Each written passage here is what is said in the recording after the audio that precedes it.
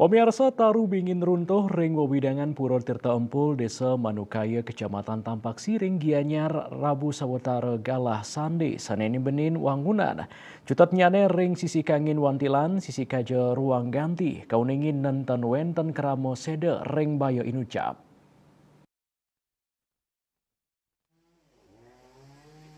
Kapolsek Tampak Siring AKP Iputu Agus Adi Wijaya Mausang, Tarurunto inucap soro bingin madwe diameter kutus meter, miwah tegas lai meter. Taru bingin runtuh ke sisi kangin nibenin pelinggih padme ring ajeng ruang ganti, miwah rab wangunan ruang PDAM ring sisi kelot. Kauningin nenten wenten kramo sane sede sangkaning bayo inucap.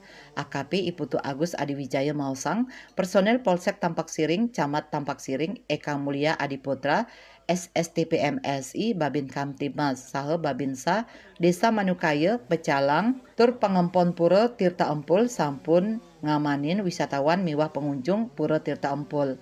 Kepala Badan Penanggulangan Bencana Daerah BPBD Kabupaten Gianyar Ida Bagus Putuswambe sareng Kabid Kedaruratan dan Logistik BPBD Gianyar IGN Dibya Prasasta Mausang tarubingin runtuh sangkaning sabadares tur angin barat.